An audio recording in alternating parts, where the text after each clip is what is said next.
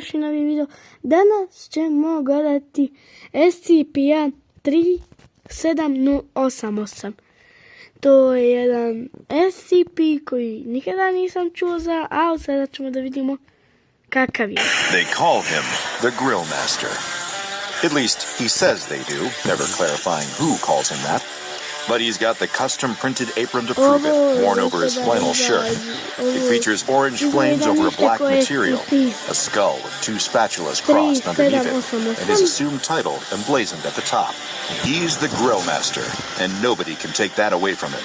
His barbecues are legendary, famous throughout the state, or at least known about by the other fathers living on the street, either because they've been to one before or witnessed the huge column of smoke billowing upwards from behind the house and blotting out the sunlight. Flames roar from the barbecue, beers are being chugged, kids are running around screaming, all under the scorching heat of the Florida sun.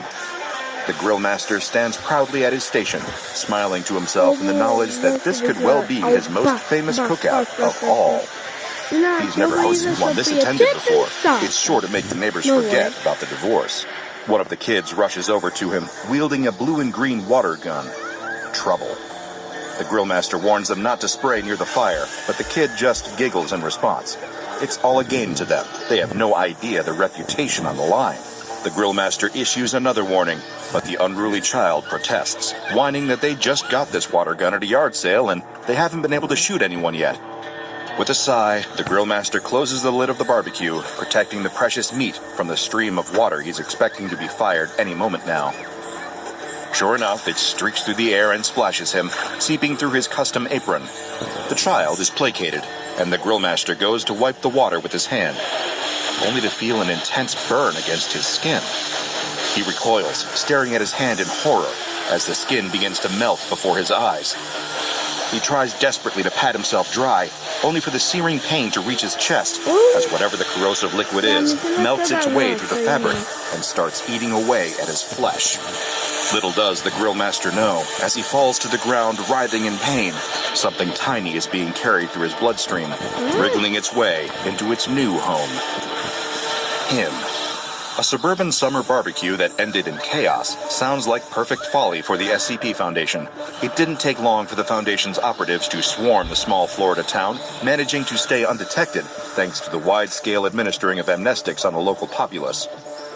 None of the neighbors, nor any other local residents, ever remembered what had happened.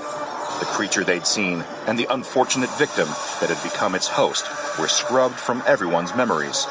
Local hospital and employment records for the man were expunged, and what was left of an injured civilian was taken into Foundation custody, along with anything else from the scene of the incident that could serve as evidence. Foundation scientists immediately got to work examining the man, who was suffering badly from chemical burns. However, the researchers' focus was on trying to determine the exact point of origin of something that had manifested inside his body when he'd been sprayed.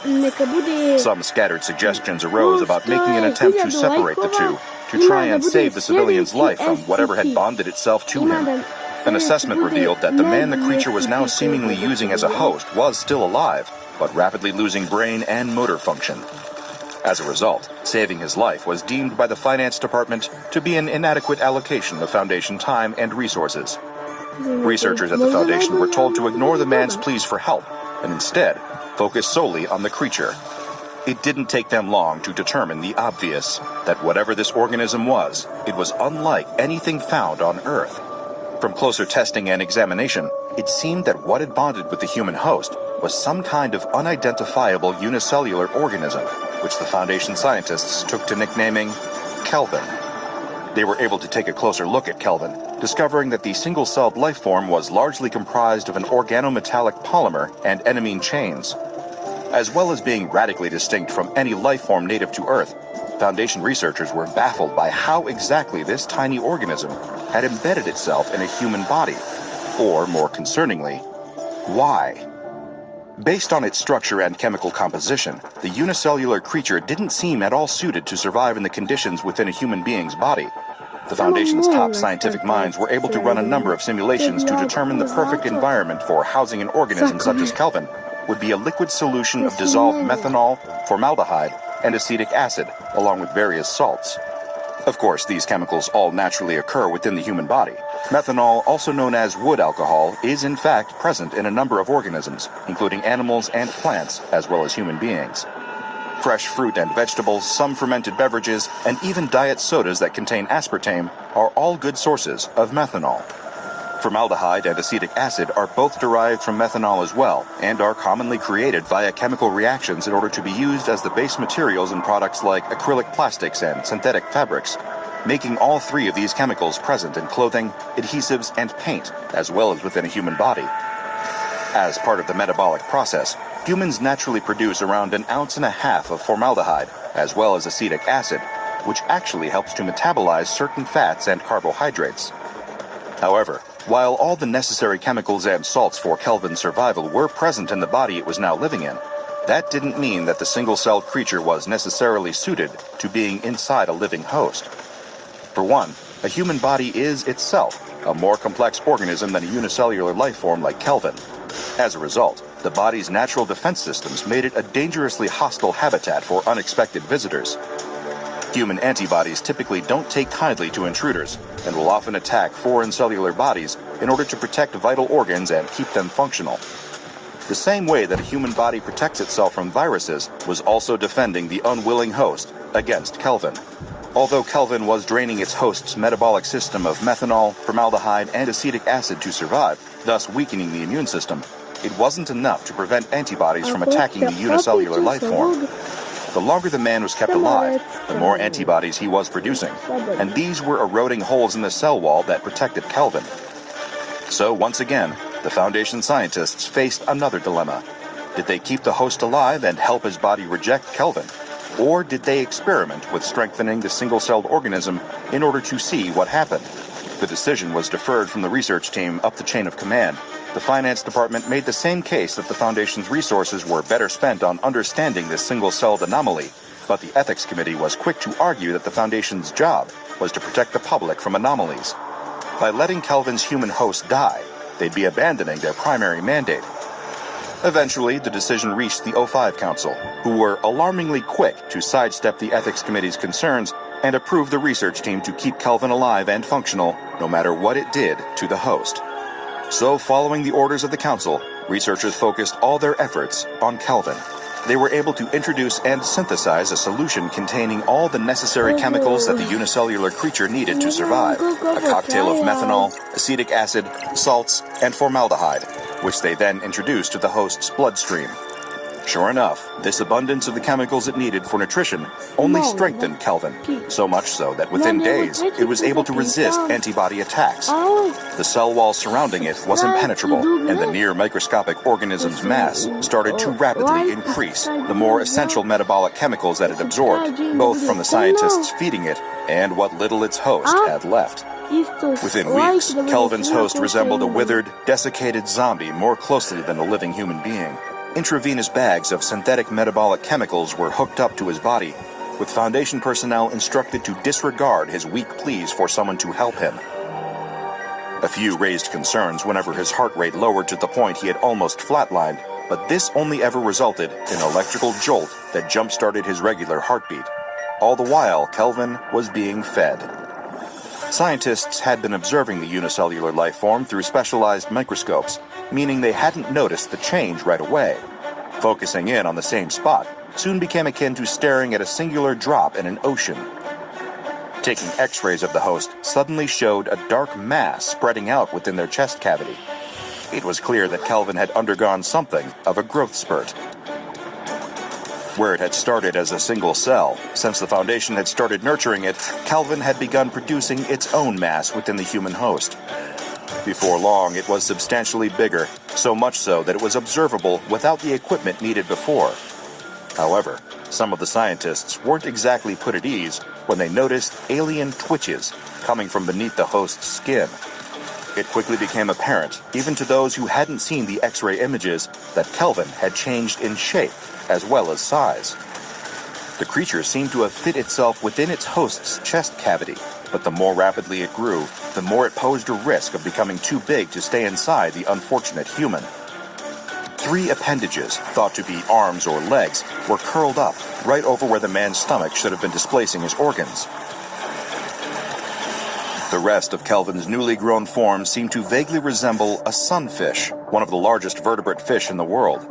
Further scans revealed that Kelvin's increased size meant the creature was also developing its own set of internal organs and bones, almost like an embryo, rather than the single cell it had started out as. The Foundation might not have known exactly what kind of creature Kelvin was, or indeed where it had even come from in the first place, had it not been for an emergency incident that took place in one of their facilities.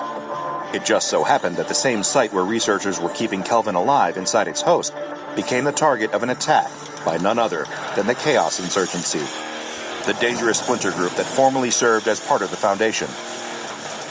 The attack had been swift and brutal, with Chaos Insurgency operatives storming the facility with ruthless efficiency.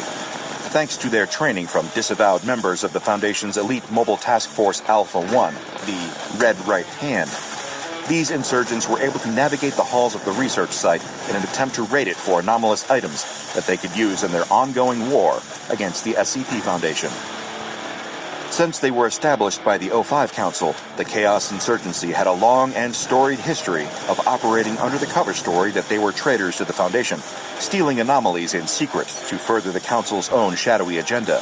However, they had long since defected and now served their own nefarious agenda, launching strikes against Foundation facilities, seizing SCPs with dangerous potential, and eliminating Foundation personnel. The aftermath of the insurgency's attack was a mess. The bodies of Foundation researchers and personnel had been left strewn throughout the hallways of the research facility. Cleanup crews were given the unpleasant task of removing the remains and wiping down the bloodstains, while research staff from other sites were called in to take over the various projects and anomalies being studied by their less fortunate colleagues. That was when they found Kelvin. In one of the facility's labs, a Chaos Insurgency operative was discovered dead, pinned beneath the body of something inhuman. What little was left of Kelvin's human host had been splattered in multiple directions. The scattered fragments of a ribcage found by cleanup crews suggested that the creature had burst out of the body it had been inhabiting, either because it felt threatened somehow, or its host had sustained damage during the Chaos Insurgency's raid. Sure enough, security footage was recovered from a backup of the site's closed-circuit surveillance system that corroborated the working theories about what had happened to Kelvin. In the footage, a platoon of Chaos Insurgency gunmen stormed through the facility, exchanging fire with security personnel as they systematically cleared every room on every floor, one by one. Squads split off to examine anomalies, looking for any that would suit the insurgency's goals, while the rest of their forces continued the raid. At one point, though, a lone insurgent split away from the main group and wandered into a research lab. Stepping inside, they were met with the sight of Kelvin's human host, almost entirely emaciated, barely alive. Either out of cruelty or a willingness to put the man out of his misery, the insurgency operative produced a sidearm and terminated the host. Upon their death, the body began to convulse violently, the movement emanating not from any kind of post-mortem muscular spasms, but from something moving around inside the host's body. The Chaos Insurgency operative reacted by opening fire with their weapon again, before the host's chest ruptured and Kelvin, now fully formed, spilled out. Able to move uneasily on its three legs, the creature launched itself at the insurgent, either in an attempt to attack in confusion or retaliation, possibly even trying to pass from its previous host to a new one. Traces of cyanide were discovered in the Chaos Insurgency operative's mouth, suggesting that they had a contingency against Foundation capture in place.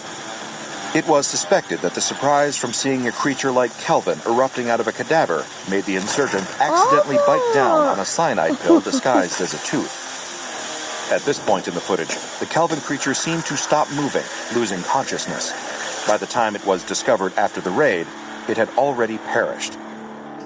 Foundation researchers brought in to take over the examination project were at a loss. All of the work done to nurture Kelvin and grow it inside a human body had seemingly now been for naught, thanks to the Chaos Insurgency. Uncertain of how to proceed, it wasn't until another security recording surfaced that the researchers were given their best lead as to how to continue the project. And it came from the most unlikely of sources, a Foundation security officer. During the Chaos Insurgency's assault, the officer had been captured by surveillance cameras fleeing for his life, having run out of ammunition and frantically searching for an additional magazine or another weapon to defend himself with. However, thanks to the Chaos Insurgency's knowledge of the Foundation and their expectation that mobile task forces would be deployed to counter their attack, their operatives had first seized control of the site's armory. The only option that left the fleeing security agent with was to scour the areas of the facility the insurgency was yet to reach, which drove him towards an evidence room.